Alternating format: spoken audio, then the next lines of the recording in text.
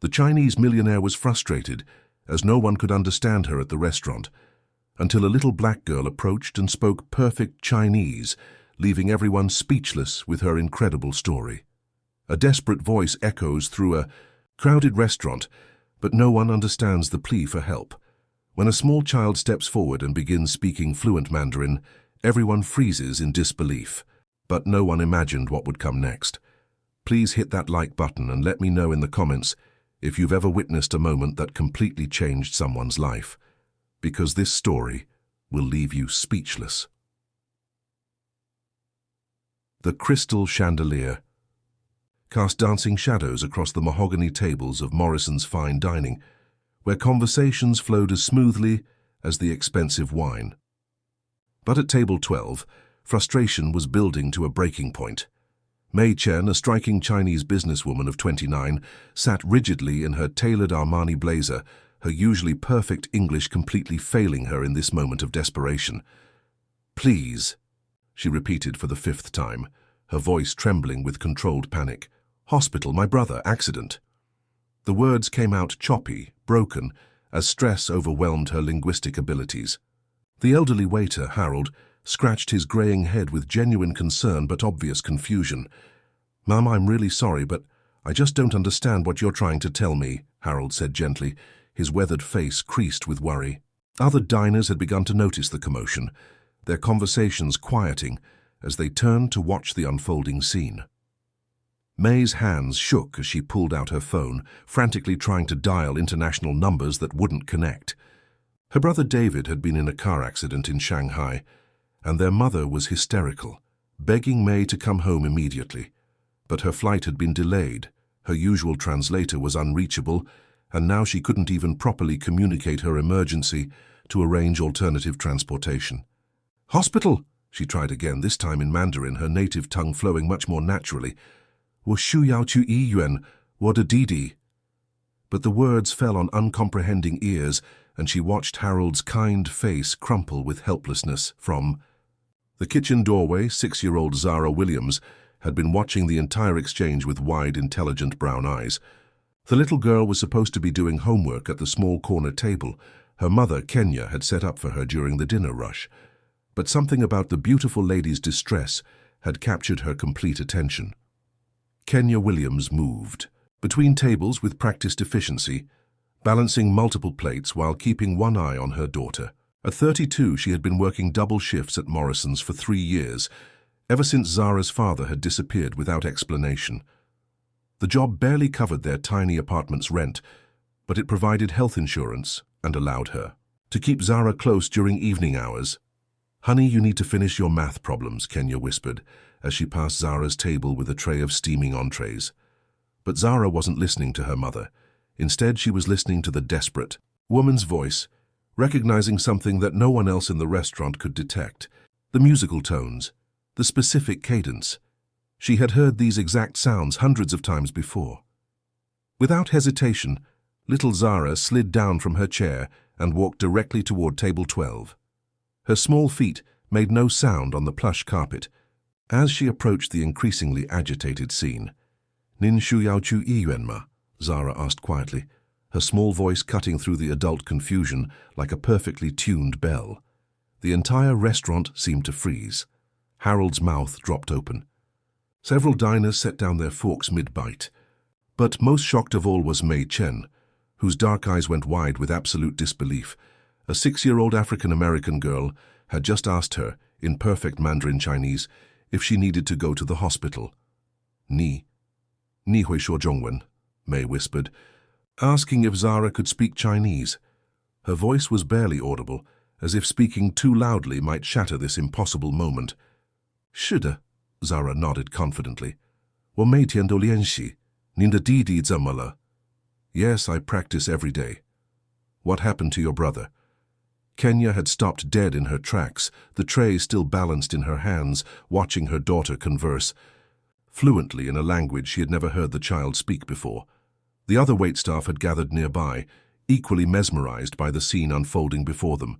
May's eyes filled with tears, not of sadness, but of overwhelming relief and amazement. Finally, someone who could understand her. Someone who could help bridge the communication gap that had been torturing her for the past 30 minutes. "My brother was in a terrible car accident in Shanghai," she explained rapidly in Mandarin, the words tumbling out like water through a broken dam. "I need to get there immediately, but my flight was cancelled and I don't know how to arrange another one from here. The hospital says his condition is critical." Zara listened intently, her young face serious with concentration. Then she turned to Harold, switching seamlessly back to English. "Mr. Harold, this lady's brother got hurt really bad in China. She needs to get on an airplane to go help him, but her plane got cancelled and she doesn't know what to do." Harold's relief was palpable. Oh my goodness, why didn't you say so?" He immediately pulled out his personal phone. "My nephew works at the airport. Let me call him right now and see what we can do about getting you on the next available flight." As Harold stepped away to make the crucial phone call, May stared at Zara with wonder that bordered on reverence. "How?" she asked in Mandarin. "How does such a young child speak my language so perfectly?" Zara's expression grew slightly sad, but also determined. "I watch videos every day. Chinese tourist videos, language lessons, travel shows about Beijing and Shanghai. I've been learning for 2 years now." "But why?" May asked, genuinely curious. "Why would you choose to learn Chinese?" The little girl looked down at her hands, then back up at May with eyes that held far too much wisdom for someone so young. "Because my daddy might be in China. Mama doesn't know, but I heard her talking to Grandma once. She said he went somewhere far away across the ocean. I thought maybe if I could speak different languages, I could find him someday and tell him to come home." May felt her heart clench at the innocent hope in the child's voice. This little girl had taught herself an incredibly complex language, driven by nothing more than the desire to reunite her family. Kenya had finally set down her tray and approached the table, her face a mixture of pride and confusion. "Zara, baby, where did you learn to speak like that?" "I'm sorry, Mama, I know I was supposed to be doing homework, but the lady needed help," Zara said, switching back to English. "I didn't want her to be scared like we were when we couldn't talk to the doctors when I had pneumonia." The parallel hit Kenya like a physical blow. She remembered that terrifying night in the emergency room when Zara had been struggling to breathe, and the medical staff was using complex terms she didn't understand. The feeling of helplessness had been overwhelming. Harold returned with a triumphant expression. "Good news, there's a red-eye flight to Shanghai leaving in 4 hours. My nephew can get you on it, but you need to get to the airport within the next hour to handle the paperwork." May stood up so quickly her chair nearly toppled backward. Thank you so much," she said in English, then repeated her gratitude in Mandarin to Zara. "How can I ever repay this kindness?" "Just help your brother get better," Zara said simply. As May gathered her purse and prepared to leave, she looked back at this extraordinary child who had appeared like an angel exactly when needed. Something was stirring in her mind, a crazy, impossible idea that she couldn't quite shake. But first she had to get to Shanghai. If this story is touching your heart, please like and share it with someone who believes in the power of unexpected connections. 3 days later, Mei Chen stood in the sterile corridors of Shanghai General Hospital, her heart heavy with grief, but also filled with an overwhelming sense of gratitude. David's surgery had been successful, and while his recovery would be long, the doctors were optimistic about his chances for a full return to normal life. As she sat by his bedside watching him sleep peacefully, her thoughts kept drifting back to that little girl in the restaurant, Zara. The name had been echoing in her mind constantly since returning to China. How many 6-year-olds possessed such remarkable linguistic abilities? More importantly, how many had the compassion to use those skills to help a stranger in distress? May pulled out her phone and scrolled through her contacts until she found the number for Morrison's fine dining. She had gotten it from Harold before leaving for the airport, promising to call with updates about her brother's condition. "Morrison's, this is Harold speaking. Harold, it's Mei Chen, the lady from the other night, the one whose brother was hurt." "Oh my goodness, yes, how is he doing? We've all been worried sick about you. He's going to be fine thanks to you and that incredible little girl. Harold, I need to ask you something. Is Zara there tonight?" "She sure is, hold on just a moment." May heard the phone being set down, then Harold's voice calling across the restaurant. "Zara, honey, someone wants to talk to you." A few moments later, that familiar small voice came through the speaker. Ni hao menusha. Hello, beautiful lady. Despite everything she had been through in the past 72 hours, May found herself smiling for the first time since the accident. Hello, little one. I wanted to thank you again. Because of your help, I was able to reach my brother in time. He's going to be okay. I'm so happy, Zara exclaimed, and May could hear the genuine joy in her voice. I prayed for him every night. That simple statement nearly brought tears to May's eyes. This child, who had never met David, had been praying for his recovery. Zara, I want to ask you something. Would you like to learn more about China, real China, not just from videos? More than anything in the whole world.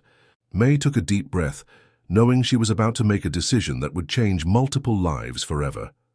What if I told you that I want to help you with your dream? What if I could make it possible for you to travel and learn about different places? There was a long pause on the other end of the line. Then, in a much smaller voice, Zara asked, Do you really mean it? I never say things I don't mean, but first, I need to talk to your mother about something very important. Can you put her on the phone? Another pause. Then Kenya's cautious voice came through. This is Kenya Williams. I don't know what my daughter has gotten herself into, but Ms. Williams, please let me explain. My name is May Chen, and I own several import-export businesses across Asia and North America. Your daughter saved my family by helping me communicate during the most frightening moment of my life. She's a good kid, but I still don't understand what you want. May looked out the hospital window at the bustling Shanghai skyline, formulating her words carefully. I want to offer Zara something that most children never get, the chance to see the world. But more than that, I want to offer her the best. Education money can buy. Private tutors, language immersion programs, cultural experiences that will prepare her for whatever future she chooses. Kenya's voice became guarded. Lady, that sounds real nice, but I can't afford anything like that. We can barely make rent as it is. You don't understand. I'm not asking you to pay for anything. I'm offering to pay for everything. Full scholarship, complete educational support, travel expenses, whatever it takes to help Zara reach her full potential. The line went quiet for so long that May wondered if the call had been disconnected. Why? Kenya finally whispered. Why would you do something like that for people you don't even know? Because your daughter has a gift that shouldn't be wasted. Because she showed kindness to a stranger when she could have simply ignored my problem. And because. May paused, struggling to articulate the deeper feeling that had been growing inside her. Because I believe some people come into our lives exactly when we need them most. Maybe I was supposed to meet Zara that night. Maybe this is bigger than just a language barrier in a restaurant. Back in Morrison's, Kenya was gripping the phone so tightly her knuckles had gone white. She looked across the restaurant at her daughter, who was pretending to do homework but was obviously straining to hear every word of the conversation. I need time to think about this, Kenya said finally. Of course. Take all the time you need. But Kenya, your daughter is extraordinary. She has the potential to do amazing things in this world, and I'd be honored to help make that possible. After they hung up, Kenya sat down heavily at Zara's table. Her daughter immediately looked up from her math workbook with hopeful eyes. What did the pretty lady say, Mama? Kenya studied her daughter's face, those intelligent eyes, that curious spirit, the determination that had driven her to master a foreign language without any formal instruction. Had she been holding Zara back by accepting their limited circumstances? Was she denying her daughter opportunities because of her own fears? She said some very interesting things, baby, some very interesting things. That night, after Zara had gone to bed, Kenya sat alone in their tiny kitchen, staring at the business card Harold had given her with May's contact information. She had looked up May's companies online and discovered that this wasn't some elaborate scam. May Chen was indeed a successful international businesswoman with legitimate enterprises across 3 continents. But was this too good to be true? Could she trust a stranger with her daughter's future? And more importantly, what would happen to them if she said yes? As if sensing her mother's turmoil, Zara appeared in the doorway in her pajamas. Mama, are you crying? Kenya quickly wiped her eyes. No, baby. Just thinking hard about some grown-up stuff. Zara climbed into her mother's lap, something she had been doing less frequently as she grew older and more independent. "Is it about the lady from China?" "Yeah, it's about her. She's nice, Mama. When she was scared about her brother, I could see it in her eyes, but when I helped her, the scared went away. I think she wants to help us the same way." Sometimes Kenya forgot how perceptive her 6-year-old could be. "What would you think if Mama said we might have a chance to travel and see different places, maybe even go to school somewhere far away?" Zara's eyes went wide. "Really? Like, really, really?" "Maybe. But it would mean big changes for both of us." "Are you ready for big changes?" Without hesitation, Zara nodded enthusiastically. "I've been ready my whole life, Mama. I've been dreaming about it every single day." Kenya hugged her daughter tightly, feeling the weight of a decision that could alter the trajectory of both their lives. Sometimes the biggest opportunities came disguised as the scariest leaps of faith. Maybe it was time to jump. Hit that like button if you believe that courage can change everything, because what happens next will blow your mind. 2 weeks later, Mei Chen stepped off the plane at Ronald Reagan Washington National Airport, her stomach fluttering, with an excitement she hadn't felt since launching her first business venture 5 years earlier. She had returned to Virginia with a proposal that was either brilliant or completely insane. She hadn't decided which yet. The taxi ride to Morrison's fine dining gave her time to review the comprehensive plan she had developed during sleepless nights in Shanghai. Educational consultants, child psychologists, and international law experts had all weighed in on the feasibility of her idea. The consensus was unanimous, unprecedented but entirely possible. Harold greeted her like a returning family member when she walked through the restaurant's doors. "May, how wonderful to see you again. David is doing better?" "Much better, thank ye." "You. Is Kenya working tonight?" "She sure is. And little Zara has been asking about you every single day. That child has been practicing her Chinese even more since you called." May smiled as she spotted Zara at her usual corner table, but instead of homework, the little girl was surrounded by printouts of Chinese characters and what appeared to be a handmade dictionary. The sight made May's heart swell with determination. "Ni hao, Xiao Lao Shi," May called out, addressing Zara as little teacher. Zara's head shot up, and her face broke into the biggest smile May had ever seen.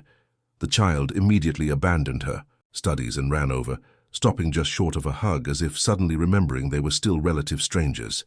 "Nin Hui Laila, you came back," Zara exclaimed in Mandarin. "I promised I would, and I brought something for you." May reached into her briefcase and pulled out a beautifully illustrated children's book written in both Chinese and English. "This tells the story of the Great Wall of China. I thought you might like to read it." Zara accepted the book with reverent hands as if it were made of precious gold. "This is the most beautiful book I've ever seen," she whispered. Kenya approached their table with obvious apprehension. She had clearly dressed more formally than usual. Her server's uniform was perfectly pressed, and she had taken extra care with her hair and makeup. "Ms. Chen, I wasn't sure you'd really come back. I always keep my promises. Could we sit and talk? I have something I'd like to show both of you." Kenya nodded and gestured for Harold to cover her section. The three of them settled into a quiet booth in the back corner, with Zara sitting between the two adults, still clutching her new book. May opened her briefcase and spread several documents across the table. "I've spent the past 2 weeks putting together a proposal, not just an idea anymore, but a real concrete plan." Kenya leaned forward, studying the official-looking papers with growing amazement. "What is all this?" "This," May said, pointing to the first document, "is an acceptance letter from the International Academy of Languages in Geneva, Switzerland. It's one of the most prestigious multilingual schools in the world.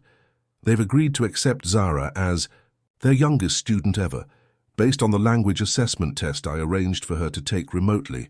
Kenya's eyes widened. "She took a test?" "A very difficult test," May confirmed, "and she scored in the 95th percentile for Mandarin comprehension and fluency. The evaluators couldn't believe she was only 6 years old." Zara beamed with pride, though she clearly didn't fully understand the magnitude of what was being discussed. May continued, "This second document is a full scholarship agreement, Tuition, room and board, educational materials, cultural excursions, everything. Covered for the next 12 years if she chooses to stay. 12 years? Kenya's voice was barely a whisper. Through high school graduation, but there's more. May pulled out another set of papers. This is a job offer for you, Kenya. My American operations need a family liaison coordinator. Someone to work with international families who are navigating educational and cultural transitions. The position is based in Geneva, with satellite offices in London and New York. Full salary, benefits, housing allowance, and educational support for continuing your own studies if you're interested. Kenya stared at the documents as if they might disappear if she looked away. This is impossible. Things like this don't happen to people like us. Why not? May asked simply. Your daughter is remarkable. You've raised someone special under difficult circumstances. Why shouldn't extraordinary opportunities be available to extraordinary people? Zara had been listening intently, and now she tugged on her mother's sleeve. Mama, what does this mean? Kenya took a shaky breath. It means this nice lady wants to help us have a very different kind of life. In a place called Switzerland, where you could go to a special school and learn lots of new languages. Would you come with me? If we said yes, then yes, I would come with you. Zara considered this, seriously. Would I still be able to learn about finding Daddy? The question hung in the air like a delicate soap bubble. May felt something shift inside her chest, a recognition of pain that she understood all too well. Zara, can I tell you something about my own father? The little girl nodded solemnly.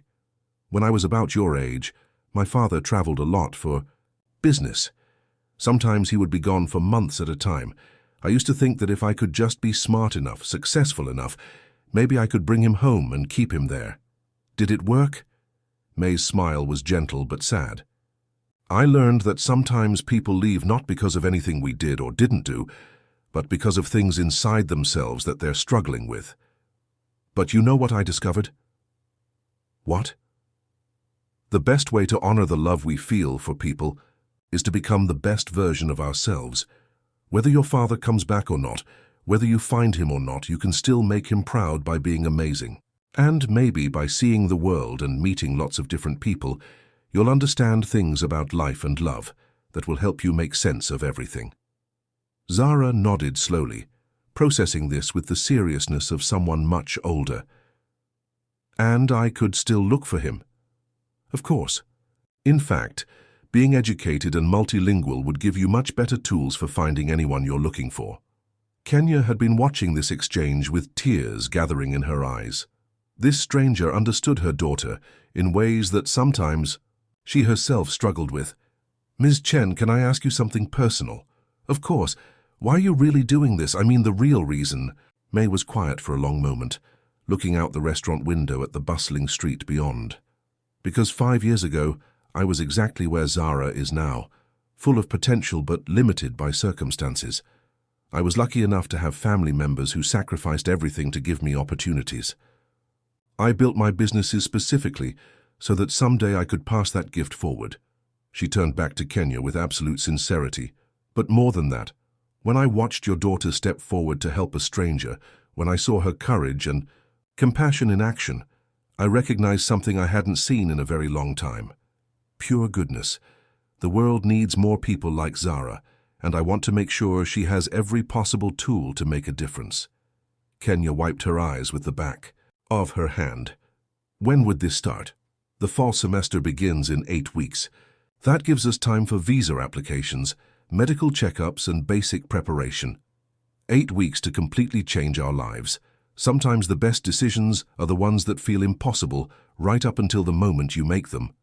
Zara had been studying the photographs in her new book, but now she looked up at the two adults. Mama, are you scared? Terrified, Kenya admitted honestly. But you said being scared doesn't mean you can't be brave. Kenya laughed through her tears. I did say that, didn't I?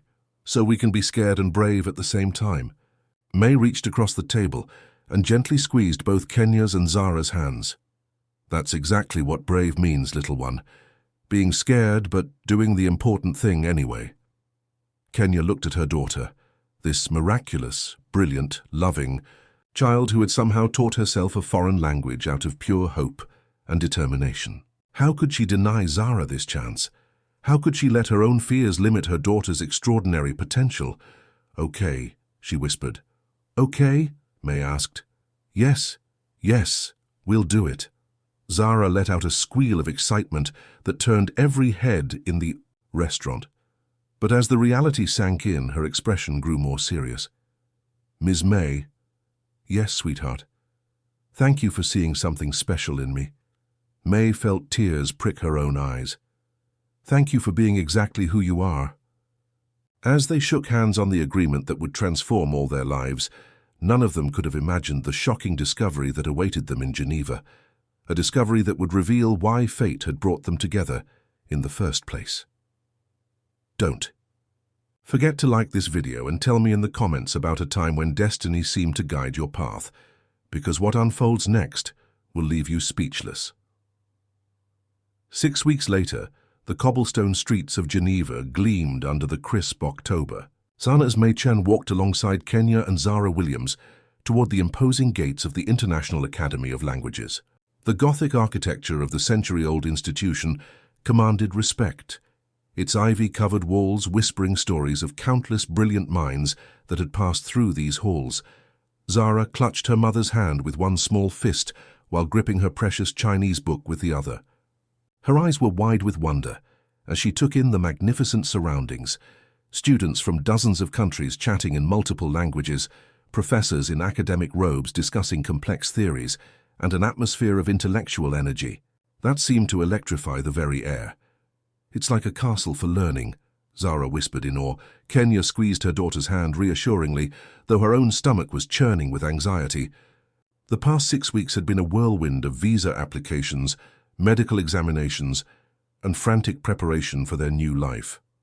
Harold and the entire Morrison staff had thrown them a tearful farewell party, complete with a cake decorated with flags from around the world. But now, standing at the threshold of this prestigious institution, the magnitude of their decision felt overwhelming. May noticed Kenya's tension and placed a gentle hand on her shoulder. "Remember, this is just the beginning. You both belong here." Dr. Elizabeth Martineau, the Academy's headmistress, greeted them in the ornate reception hall with warm professionalism. She was an elegant woman in her early 60s, with silver hair pulled back in a sophisticated chignon and kind eyes that seemed to assess and welcome simultaneously. "Ms. Chen, Mrs. Williams, and our extraordinary young scholar Zara," Dr. Martineau said, switching effortlessly between English and Mandarin as she addressed each of them. "Welcome to our academic family. Zara, I must tell you that your assessment scores have become something of a legend among our language faculty." Zara beamed with pride, but remained close to her mother's side. "Thank you, ma'am. I'm excited to learn even more languages." "How many would you like to master?" Dr. Martineau asked with genuine curiosity. "All of them," Zara replied without hesitation, causing the adults to exchange amused glances. As they toured the facilities, multimedia language labs equipped with cutting-edge technology, libraries containing texts in over 40 languages, and comfortable dormitories designed for international students, Kenya began to feel the first stirrings of excitement rather than pure terror.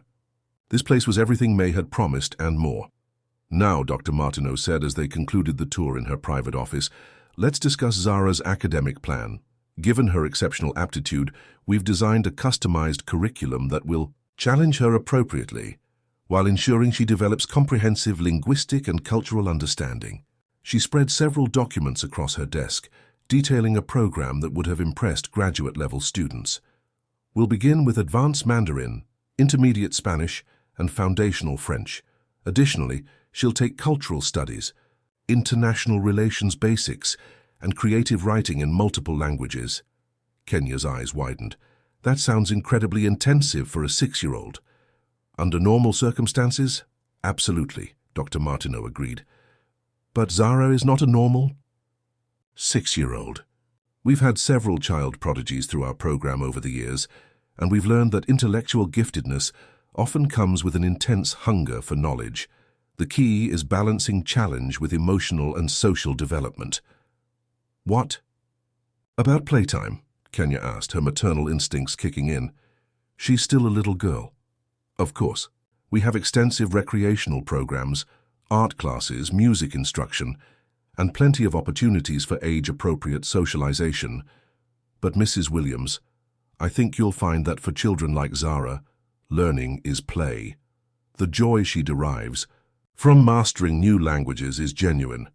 May had been listening quietly, but now she leaned forward. Dr. Martineau, there's something else I'd like to discuss. Zara has expressed interest in eventually using her language skills to help reconnect families. Specifically, she hopes to find her biological father someday. I was wondering if the Academy offers any programs in genealogical research or international. Family reunification. Dr. Martineau's expression grew thoughtful. That's quite a sophisticated goal for someone so young. We do have partnerships with several international organizations that work in family reunification. As Zara advances in her studies, those connections could certainly become relevant. Kenya felt her chest tighten. They hadn't discussed Zara's father in detail since arriving in Geneva, and she had hoped the excitement of their new adventure might distract her daughter from that particular quest. But clearly Zara's determination hadn't wavered. "Mama," Zara said suddenly, tugging on Kenya's sleeve, "can I ask Dr. Martineau something?" "Of course, baby." Zara turned to the headmistress. With the serious expression she always wore when discussing important matters. "If someone's daddy left when they were really little, and nobody knows where he went, would learning lots of languages really help find him?" Dr. Martineau considered the question carefully before answering. "Languages are tools, dear one. They open doors to communication with people all over the world. They help us understand different cultures and navigate international systems. So yes, being multilingual could certainly be helpful in a search like that, but more importantly, those same skills will help you build a beautiful, meaningful life. Regardless of what you discover about your father." Zara nodded solemnly. "That's what Ms. May told me too. Ms. May is very wise." As they finalized enrollment paperwork and discussed living arrangements, Kenya found herself studying May's profile. This remarkable woman had entered their lives like a guardian angel, offering opportunities that seemed too wonderful to be real. But sometimes Kenya caught glimpses of something deeper in May's eyes, a sadness or longing that she couldn't quite identify. Later that evening, as they shared dinner at a charming cafe overlooking Lake Geneva, Kenya finally gathered the courage to ask the question that had been nagging at her for weeks. "May, can I ask you something personal? Of course, do you have children of your own?" May's hand stilled on her wine glass, and for a moment her composed facade cracked just slightly. "No. I've been so focused on building my businesses that I never found the right time or the right person. Do you regret that?" May looked out at the lake, where the setting sun painted the water in shades of gold and crimson. "Sometimes, especially when I see the bond you have with Zara. There's something so pure about a mother's love for her child." Kenya sensed there was more to the story, but she didn't push. Instead, she said quietly, "You know, you've become like family to us. Zara thinks the world of you. The feeling is entirely mutual." Zara, who had been coloring in a new workbook while listening to the adult conversation, suddenly looked up. "Ms. May, were you lonely before you met us?" The directness of the question caught both women off guard. Children had a way of cutting straight to the heart of things that adults spent years dancing around. May reached over and gently stroked Zara's hair. "I think I was, sweetheart. I just didn't realize how lonely until I met two very special people who filled up spaces in my heart I didn't know were empty." "Now you don't have to be lonely anymore," Zara announced with the confidence of a child who believed she could solve all the world's problems through love and determination. "No," May agreed, her voice thick with emotion. "Now I don't have to be lonely anymore." As they walked back to their hotel that night, with Zara skipping ahead and practicing French phrases she had picked up from the cafe staff, Kenya felt a deep sense of gratitude for the twists of fate that had brought them to this moment. But she also felt the weight of unspoken questions hanging in the air. What had really driven May to make such an extraordinary offer to complete strangers? And why did Kenya sometimes feel like there were pieces of this story that hadn't been revealed? Yet, The answers to those questions would come sooner than anyone expected, in a way that would challenge everything they thought they knew about destiny, family, and the mysterious forces that guide our lives. Please hit that like button if you believe. Some connections are meant to be, because the revelation coming next will completely change everything. 3 months into the Geneva adventure, Zara Williams had exceeded every expectation. Her language acquisition rate had astounded even the most experienced faculty members at the academy. She was now conversational in 4 languages and making rapid progress in 2 others. But more impressive than her linguistic abilities was her natural gift for connecting with people from different cultures. Dr. Martineau had started featuring Zara in the Academy's promotional materials as an example of their youngest success story. International educational journals were requesting interviews. A documentary filmmaker had even approached about following Zara's remarkable journey. But success came with unexpected challenges. Kenya sat in Dr. Martineau's office on a grey December morning, worry etched across her features. She's having nightmares again. And yesterday I found her crying over her homework for no apparent reason. Tell me about the nightmares, Dr. Martineau said, making notes in Zara's file. She dreams that her father is calling for help in different languages, but every time she tries to respond, she speaks the wrong language, and he disappears. She wakes up terrified that she's not learning fast enough. Dr. Martineau nodded with understanding. I was afraid something like this might happen. Exceptional children often place enormous pressure on themselves. Zara's academic goals have become entangled with her emotional needs regarding her father. What do you suggest? Think it's time for some professional guidance, Doctor. Sarah Chen is a child psychologist who specializes in gifted children with complex family dynamics. She's also multilingual, which might help Zara feel more comfortable opening up. Kenya felt her stomach clench. Chen? As in, yes, she's May's cousin. But that's actually fortuitous. Zara trusts May completely, and having that family connection might help her feel safe enough to process some of these deeper feelings. That afternoon, Kenya found herself in yet another elegant Geneva office, this time accompanied by both Zara and May. Dr. Sarah Chen was younger than Kenya had expected, probably early 30s, with kind eyes and a gentle demeanor that immediately put everyone at ease. Zara, Dr. Chen said in perfect English, your Aunt May has told me wonderful things about you, but I understand you've been having some troubling dreams. Zara, who had been unusually quiet all day, nodded slowly. They make me feel scared and sad at the same time. Can you tell me about them? For the next hour, Zara opened up in ways that surprised everyone in the room.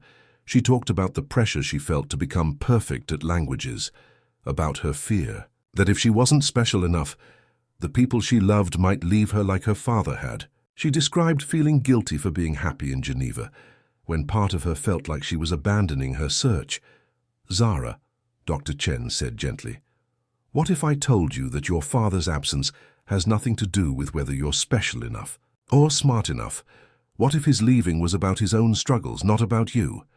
But if I could speak every language in the world, maybe I could find him and convince him to come back. Dr. Chen exchanged a meaningful look with May before continuing. What if finding him isn't the most important thing? What if the most important thing is building a beautiful life with the people who choose to stay? Zara considered this seriously. But I still want to know where he is. That's completely understandable. And there's nothing wrong with hoping to find answers someday. But maybe we can work on separating that hope from the pressure you're putting on yourself to be perfect. After the session, as they walked through, Geneva's charming old town May seemed unusually quiet. Finally, Kenya couldn't stand the tension anymore. What's wrong? You've barely said a word since we left Dr. Chen's office. May stopped walking and turned to face them both.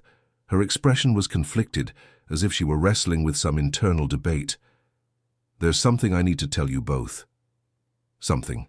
I should have mentioned much earlier, but I wasn't sure how or even if I should.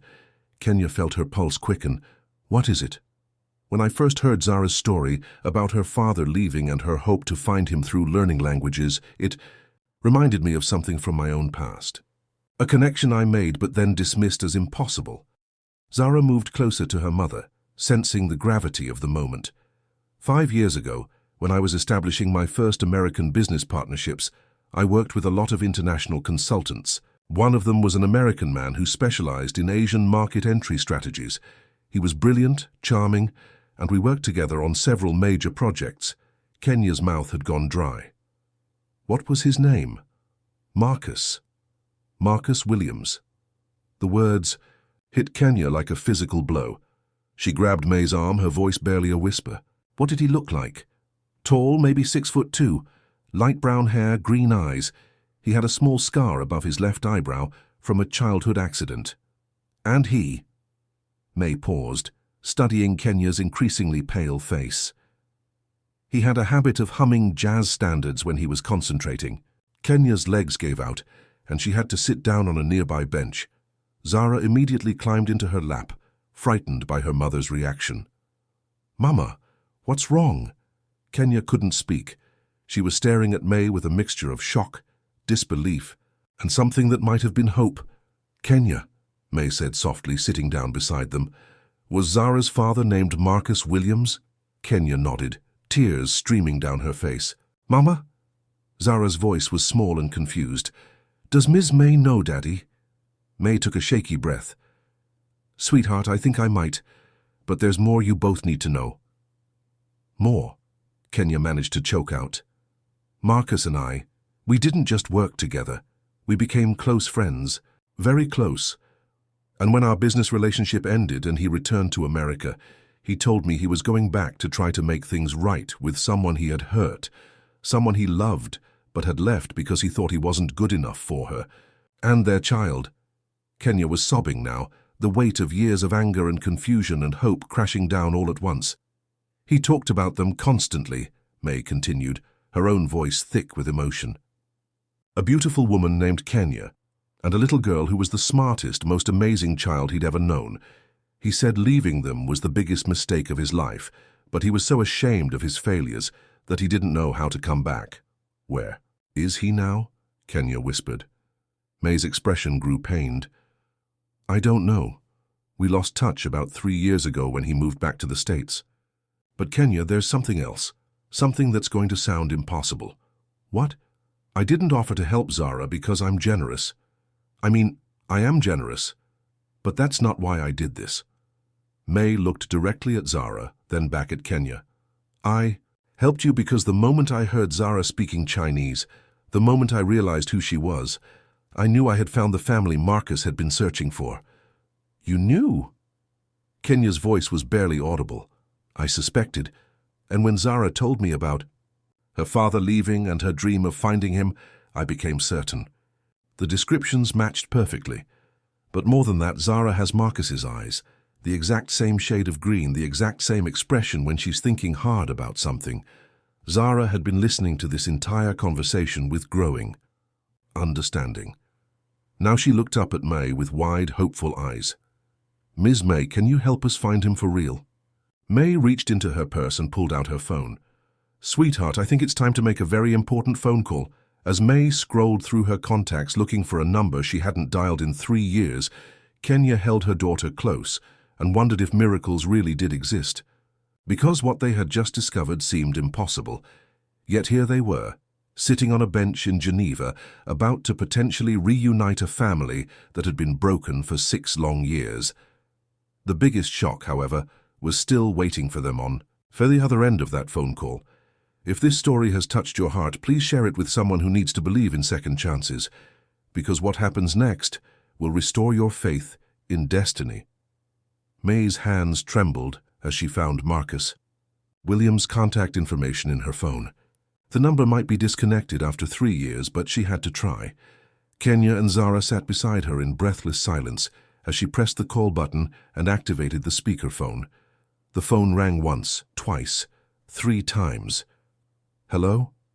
The voice was tentative, uncertain, as if he didn't recognize the international number. Kenya gasped, covering her mouth with her hands. It was him. After 6 years of silence, she was hearing Marcus's voice again. "Marcus?" "This is May Chen. I know it's been a long time, but I need to ask you something very important." There was a long pause. "May? My God, how are you? I can't believe. Where are you calling from? I'm in Geneva. Marcus, I need to ask you about someone. Someone named Kenya Williams. The silence on the other end of the line stretched so long that they wondered if the call had been dropped. When Marcus finally spoke, his voice was broken and raw. How do you know that name? I'm sitting here with her right now, Marcus. And with your daughter. The sound that came through the phone was somewhere between a sob and a gasp. That's impossible. They wouldn't. I mean, how could? May, what are you talking about? Kenya leaned toward the phone, her voice shaking. Marcus, it's me. It's really me. Kenya. His voice cracked on her name. Oh my God, Kenya, is it really you? Yes, it's me. And Marcus, our daughter is here. Zara is here, and she's been looking for you her whole life. The sound of Marcus crying was audible even through the small phone speaker. For several minutes, no one could speak coherently. Finally, Marcus managed to compose himself enough to ask, How is this possible? How did you find May? How did? Daddy. Zara's small voice cut through his questions. Daddy, is that really you?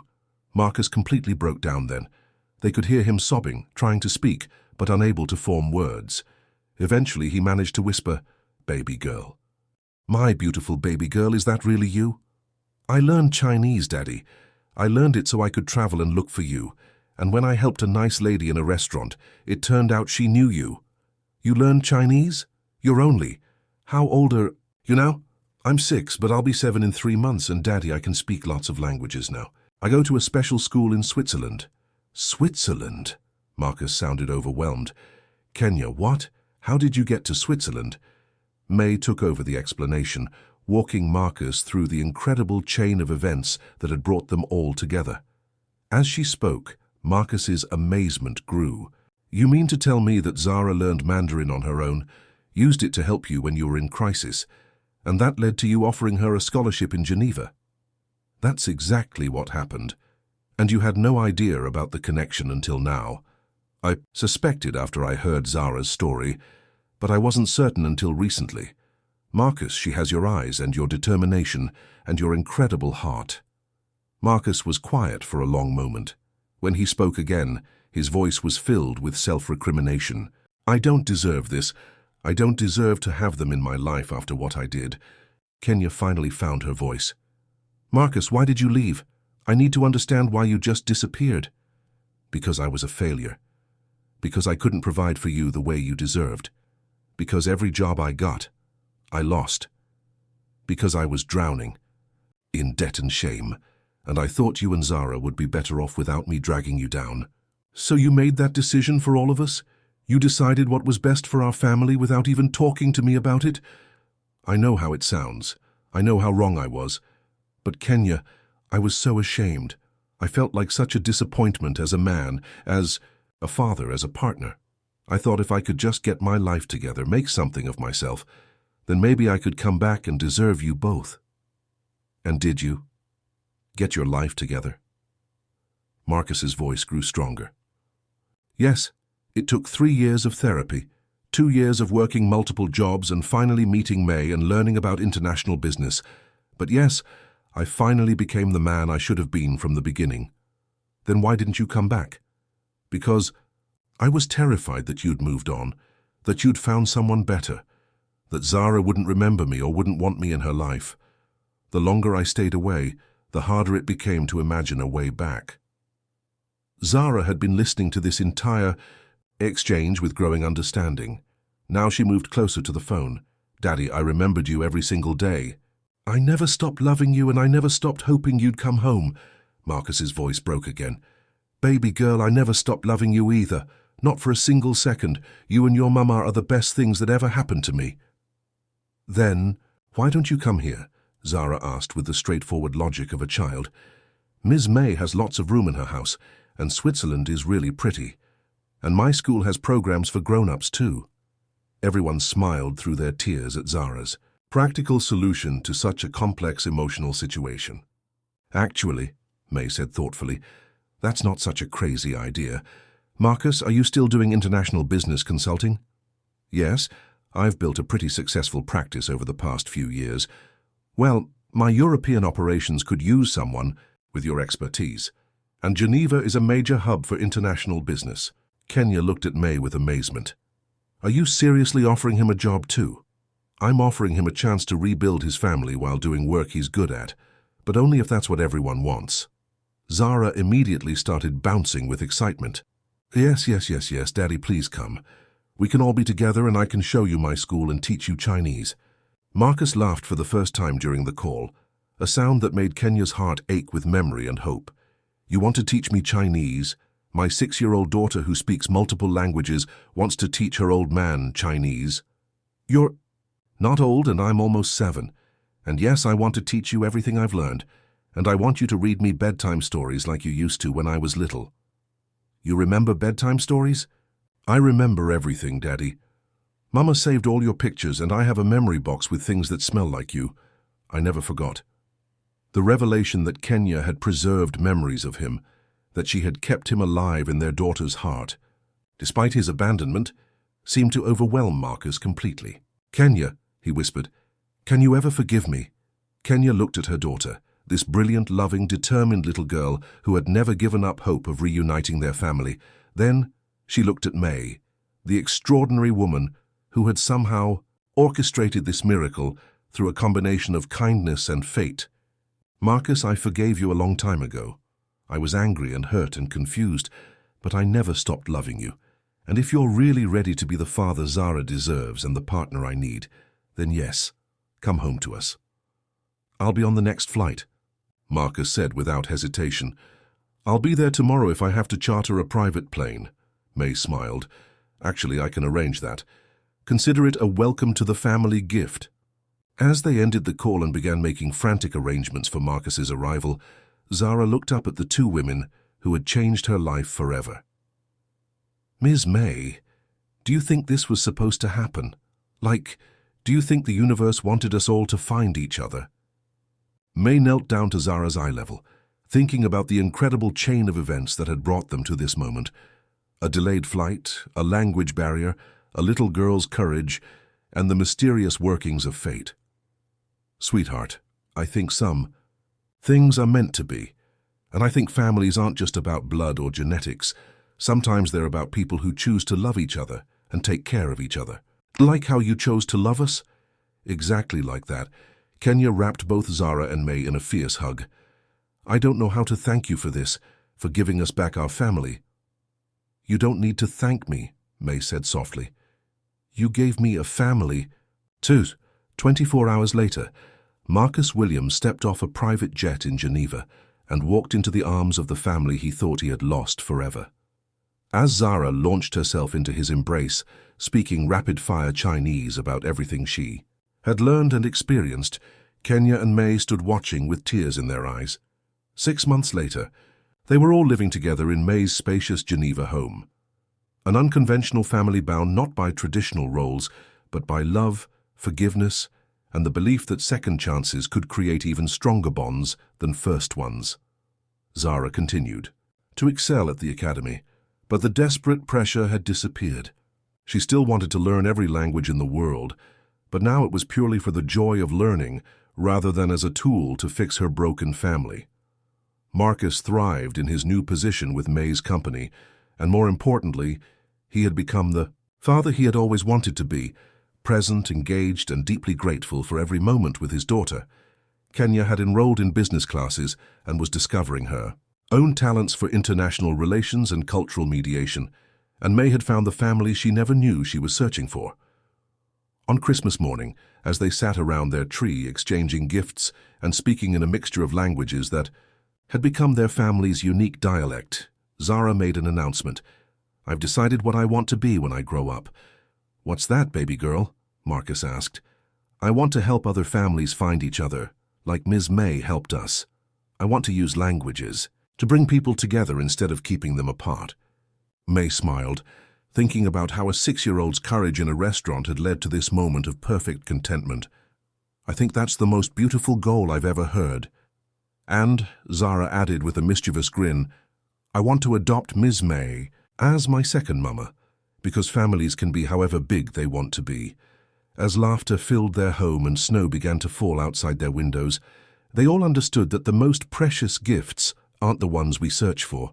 They're the ones that find us when we're brave enough to open our hearts to strangers who become family. The end.